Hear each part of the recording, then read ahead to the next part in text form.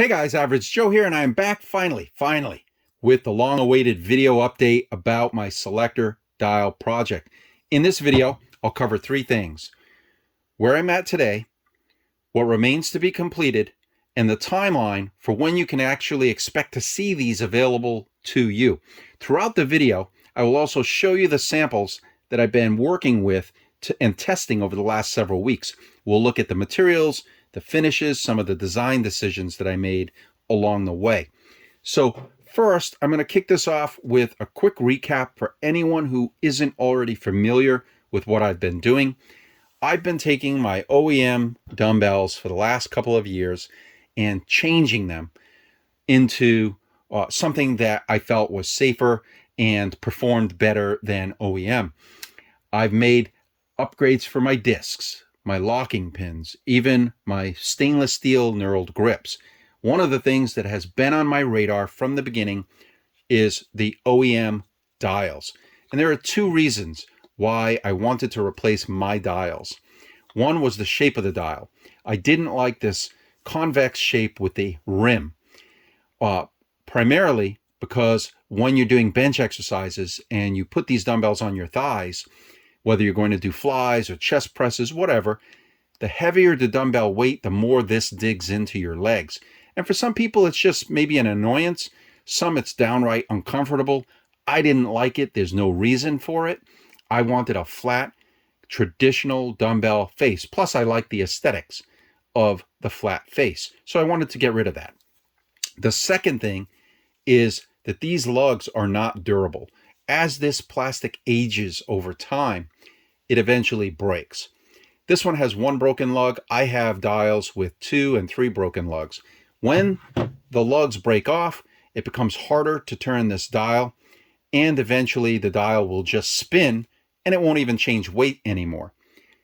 The problem with that is, up to now, you had to go on eBay and buy a used dial to replace what you had, and the only choice is an OEM dial. So you're right back in the same boat, and down the road you're going to be replacing potentially that dial again.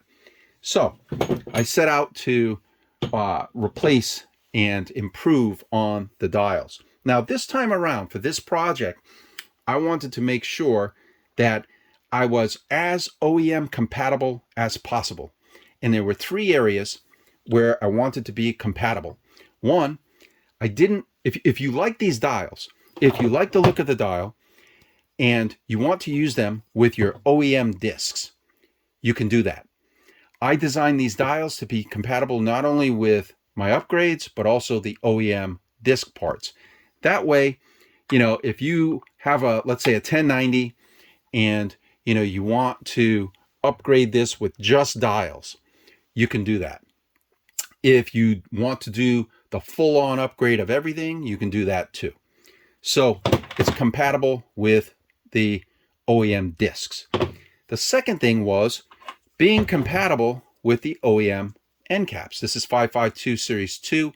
It also fits the Series 1. And this is the 1090, but you'll also see this on the 552s. It is kind of an adhesive. It eventually loses its adhesive and you end up using double-sided tape and glue and stuff like that. But I wanted to be compatible with these end caps. So, if you like my redesigned end caps, I'm thinking about doing a version with the Average Joe logo and a blank version. If you like these, you'll be able to use my end caps. They're super easy to take off now. You saw how easily I just did that.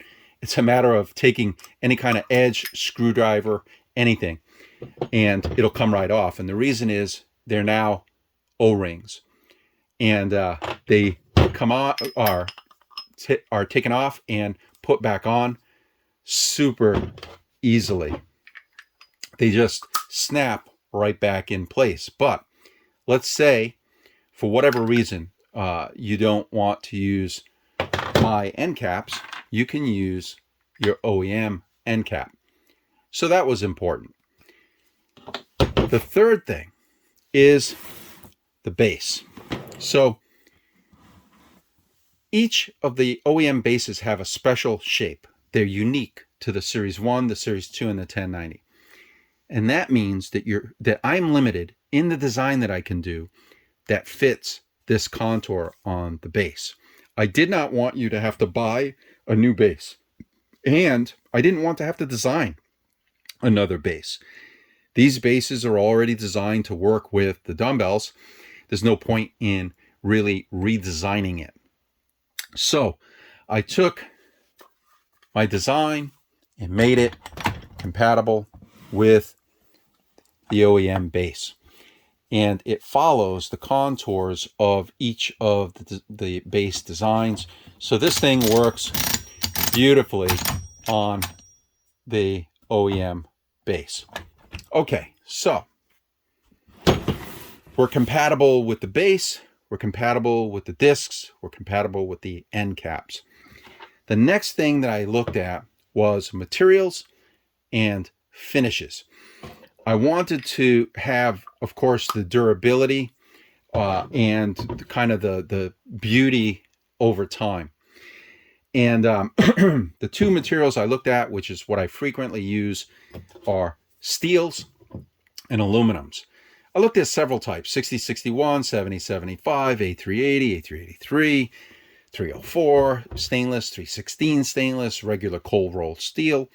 I looked at a lot of different materials. Fact is, steel is awesome. I love it. I love it. I love it, but it's hugely expensive, and it's only even more expensive, and I'll get into that later, but it's more expensive this year than in the past quite a few years. So steel is fantastic, but it is extremely expensive compared to aluminums.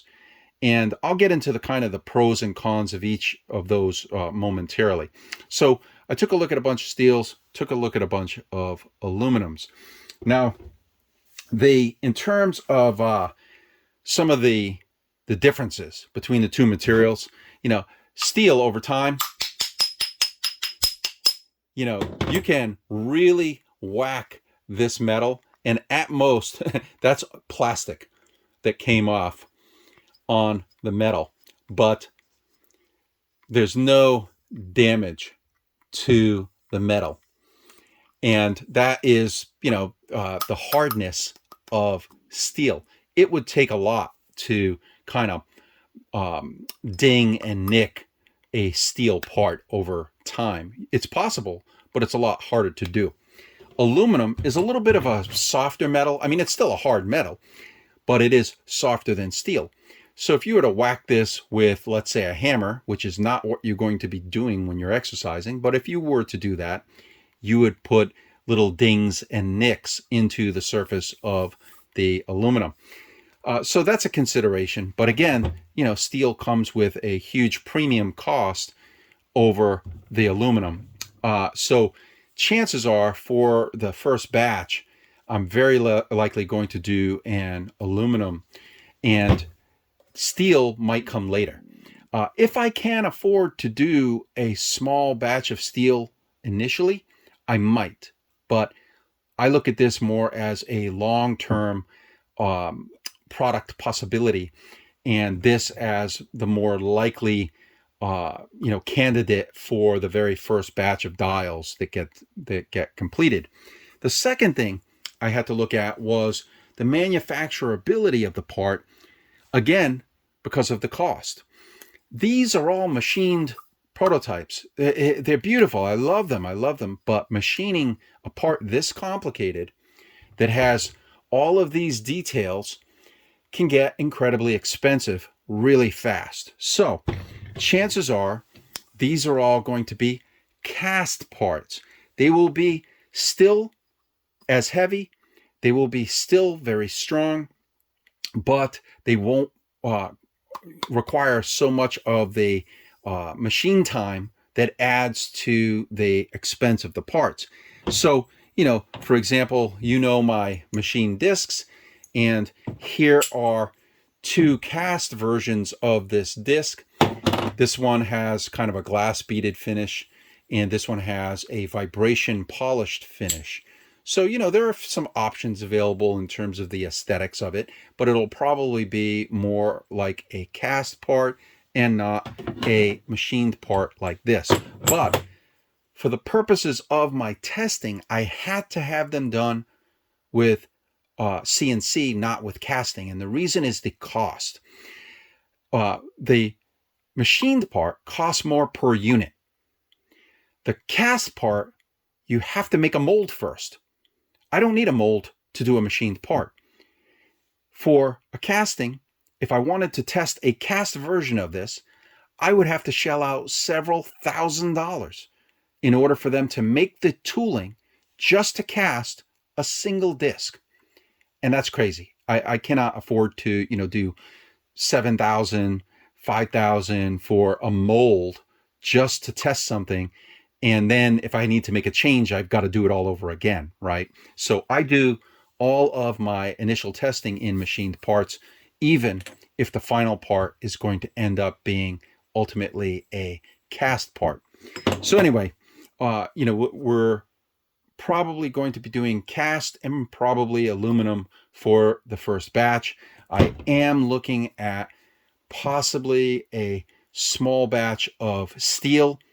I'm not sure yet whether it would be machined or cast, because again, the aluminum requires a different mold. This cannot be cast with the same mold as this. Two different molds. So two different costs. So, these are considerations that I'm still thinking about, that I need to make decisions about over the weeks ahead so that I can kick off production. Okay, so the finishes. I looked at coatings.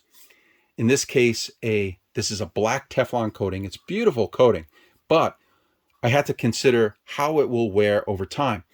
After just a couple of hours of use, and very light use, you can already see little scratches. You can kind of see where it's beginning to wear off. And this is a tough Teflon coating. This is sort of like what you'd find on cookware. And it's a beautiful coating, but I have to question whether or not this will look really good over time. Now, some of you may not care about that. If it, gets a little scratched or kind of wears off on the edges over the years, maybe you'll like that patina.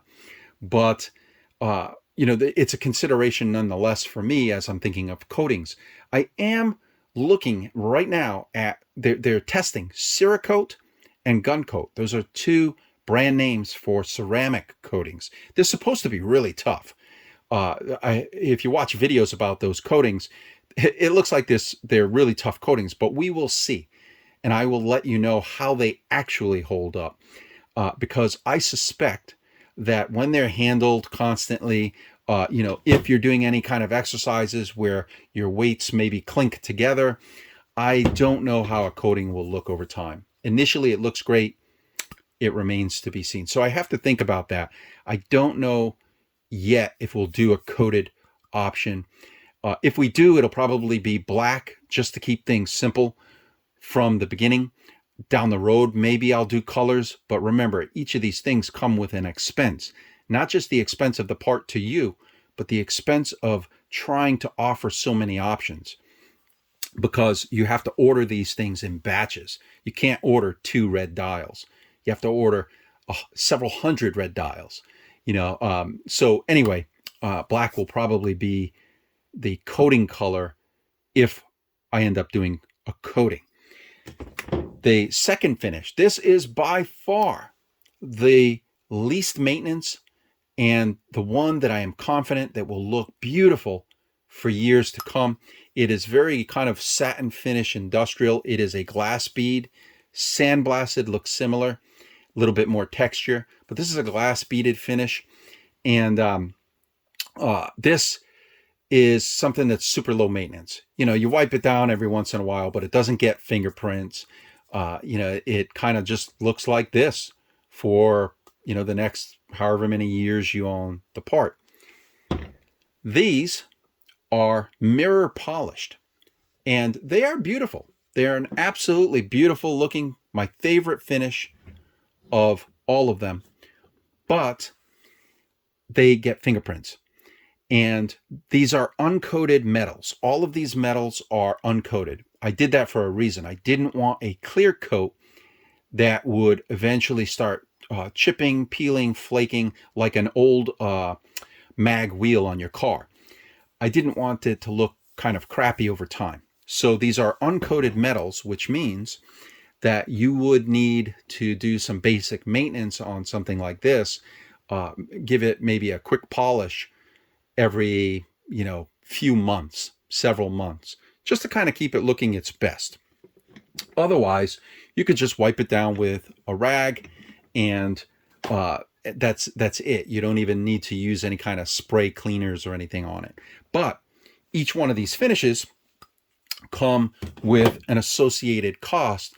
This one because you're coating it, this one because you're beating it, this one because somebody has to hand polish these things, this one because it's machine vibration polished, which means sitting in a machine of media for however many hours to get this kind of finish. So those are all considerations when you're thinking about, which one of these options to order when I order that initial batch. Now, I'll probably put up some sort of survey or poll to allow you to contribute your opinion and rate the different finishes. And I'll show you these up close in a little bit, but to rate the different finishes, to tell me which ones you like the most. And that I can take into consideration when it's time to place the order. Okay, so we talked about the finish, we talked about the cast and machined and the different metals. One of the other things is the weight. The OEM 552 Series 1 and 2 weigh about 0.4 pounds each. The 1090 weighs half a pound approximately. The aluminum version, no matter if it's 552 or this one, because these are almost the same size and weight as each other, and that's on purpose, but they weigh about 1.1 pounds each, which means that if you put 2 of these on your 552 Series 1 or 2 or 1090, you'll add about a total of 1 pound of weight to your handle. It'll turn these into a 6-pound handle, this into an 11-pound handle. Now, the steel, I wish you could feel this. This is 3.3 pounds for one dial. 3.3 pounds of solid steel. It's awesome. It's also expensive. But if you put 2 of these on a 552, you more than double the weight of the handle. It goes from a 5-pound handle to an 11-pound handle. This would go from a 10-pound handle to a 16-pound handle. I mean, these are incredibly heavy dials. So that means, higher cost to make them, higher cost to ship them. There's a lot of considerations there, but just so you know, those are the weights of these dials. Okay, so a little bit about the designs. I'm going to show you each one of these and talk a bit about what I did with the designs. You're going to notice, for example, that there are no numbers here. That's on purpose. When I made these dials, I didn't know what the final weights of your dumbbells would be. If you put these dials on, that's a particular weight. If you add the handles, that's another weight. If you add the disc upgrades, that's yet another weight. And that means that the actual numbering on the dials may not be the same as the OEM numbers that are on your dials currently. And that creates its own complexity, which I'll talk about shortly.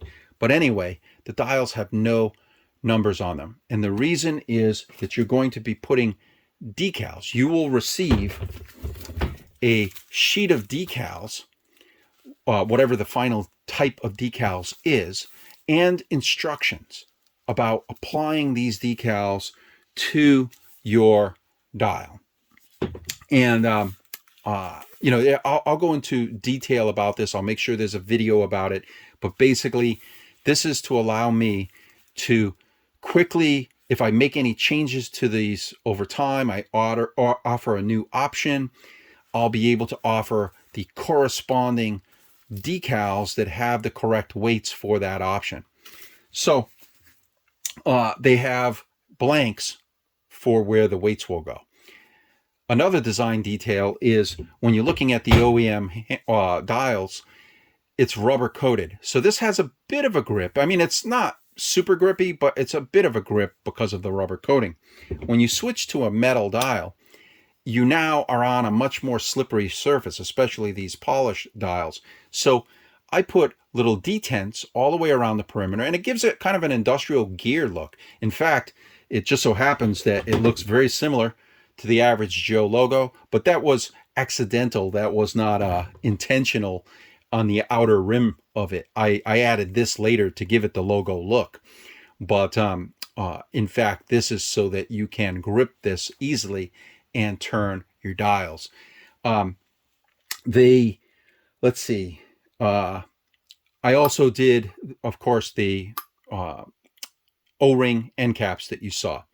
So basically, everything on this dial is designed the way it is for, a very specific purpose in mind, including beefing up.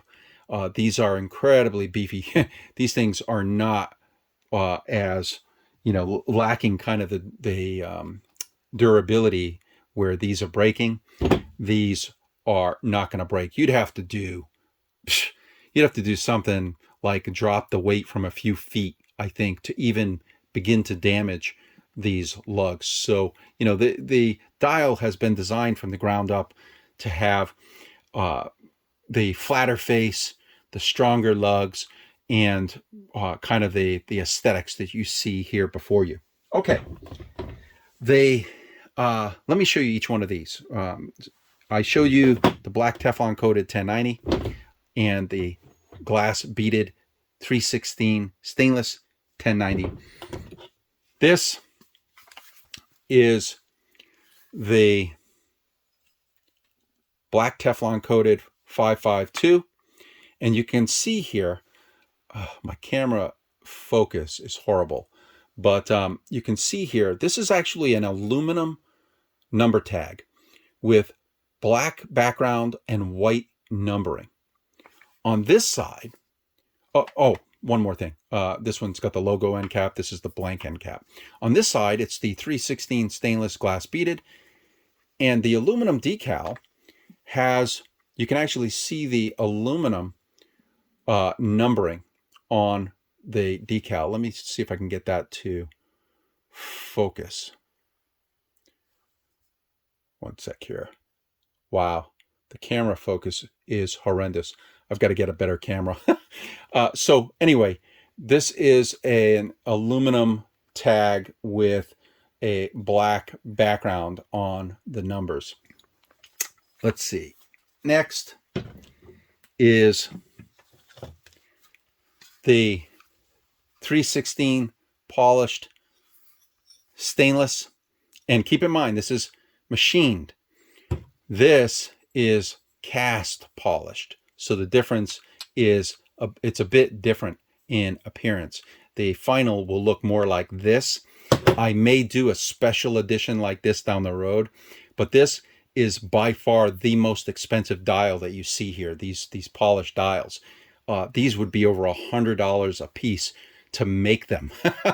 So I probably won't be doing these unless it's a special edition at some point. But at least you can see on it, it also has the aluminum tags with the aluminum colored numbers and black backgrounds. This is the aluminum polished, and this is an uncoated aluminum, just polished. And this one has the epoxy tags. These decals are little plastic or epoxy dome decals. There you go. And so you can kind of see the difference. I don't like the way that the glare of the light makes it hard to read these numbers at certain angles, whereas these numbers are easy to read at just about any angle. So I'll probably be doing aluminum tags like these for all the dumbbells. Okay, and the last one is the polished stainless 1090, and a polished aluminum 1090. And all of these are samples that I've been testing for the past several months. The designs themselves are pretty much set. I don't think I'll be making any changes or any major changes to these dial designs. They've been working very well. But the decals is where I've been spending most of my effort recently. I want to make this as simple as possible for you. I've tested dome decals. By the way, these guys, they're great. They came up with this for me so that I could kind of test the different finishes, the different colors and so forth. But I won't be using these. I don't like the way that they feel for this application. They're a great tag if you were doing a logo or something like that, you know, like when they did this. It looks good, but for this application, I just don't think that this is appropriate.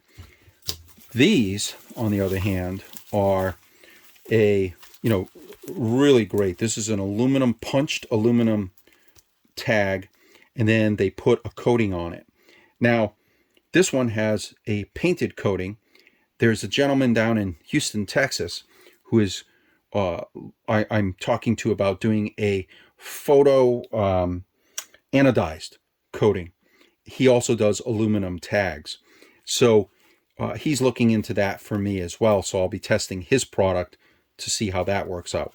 But basically, the most challenging part of this has been coming up with a system for the new numbers. It's not practical for me to have every possible combination of weight that these could be because of the different upgrades. Instead, I wanted something that would be easy to read and use average numbers. I'll give you an example here. So this is one set that these are actual weights, and they're based on specific upgrades to this dumbbell. And this is kilograms. But you can see here, 8.8, 12.2, 16.8. You start having to do math just to figure out what you're lifting. That's crazy. It's easier if the numbers are whole and half. 1, 1.5, 2, 2.5. When you start getting into tiny little fractions, 24.7, that's a little nuts. So instead, I came up with a system of whole and half. So the line or the dot, in one version I use a dot, and the other I use a line, but then the line means half. So quickly, that is 9.5, 12, 14.5, 17, 19.5, 22. Nice and easy. The actual dumbbell weight may be a little bit over or under that weight, but it's to make this a sane, usable system rather than trying to be accurate down to the gram or to the ounce, which would be nuts. That makes no sense from a practical perspective, because all you're trying to do is lift weights. You're not trying to, do algebra while you're doing your workouts. The sheet that you would receive would have 4 rows of decals and instructions about how to apply them. And basically they'd have little adhesives. You peel off the adhesive, and then stick this on to the dial. Another detail here, you're going to notice one is red and the rest are all black. That's for a reason. I've always hated that when you're turning these, tell me where the beginning is. I have to look carefully, turn carefully to see where 5 is, or where 10 is. Instead, on these, it's super easy to identify. Turn it to the red. Red will always mean your lowest weight. setting, and empty handle. So turn it to red and you're done. You have an empty handle. It was just to make things more easy to identify. I took a look at a bunch of different adhesives. By the way, these guys also very cool.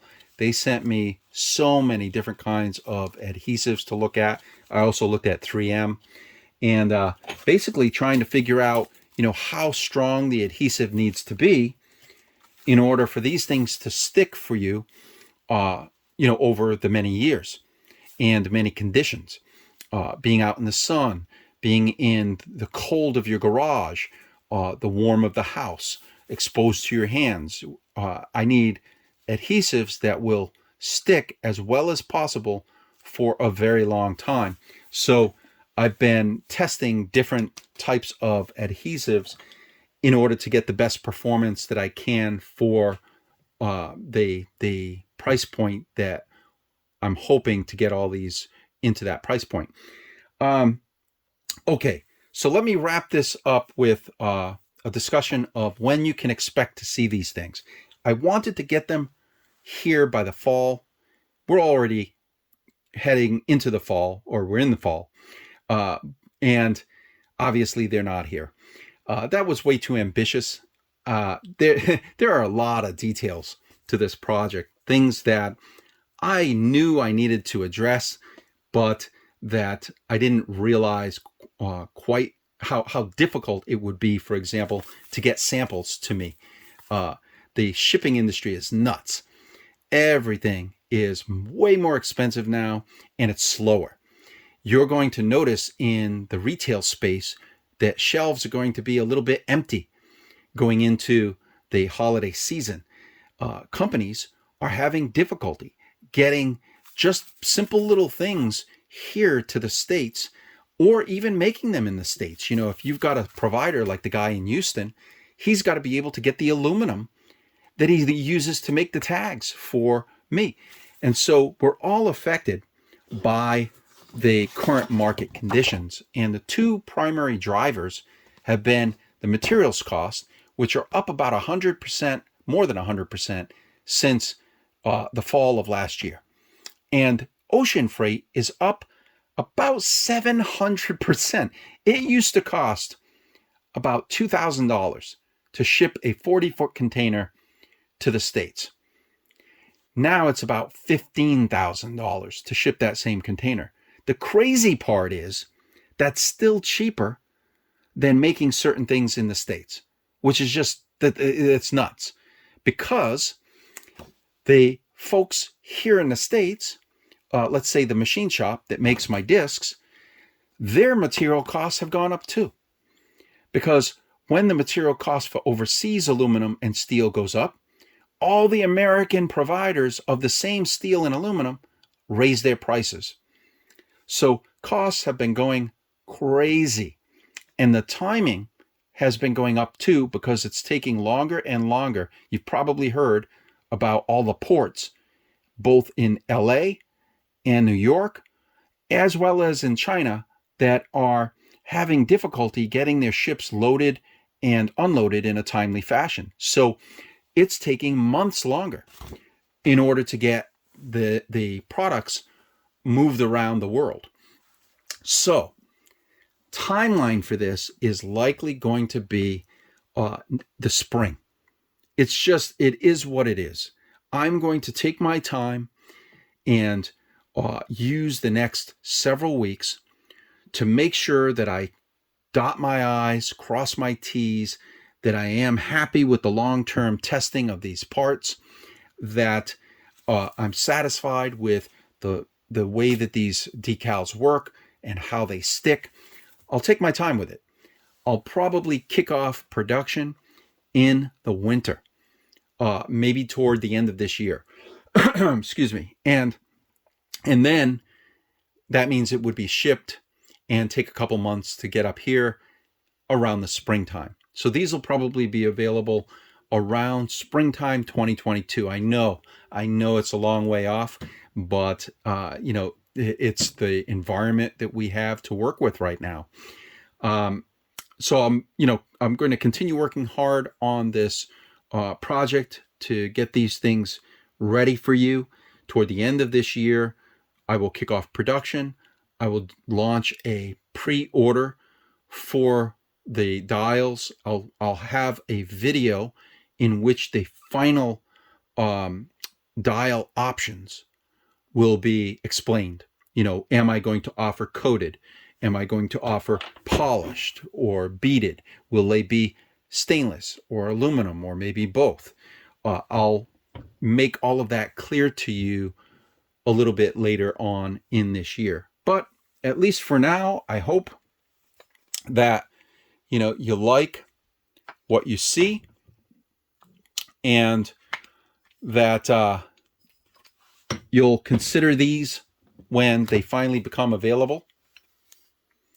It really gives the dumbbell a very cool look. This is about as far from OEM as you can get.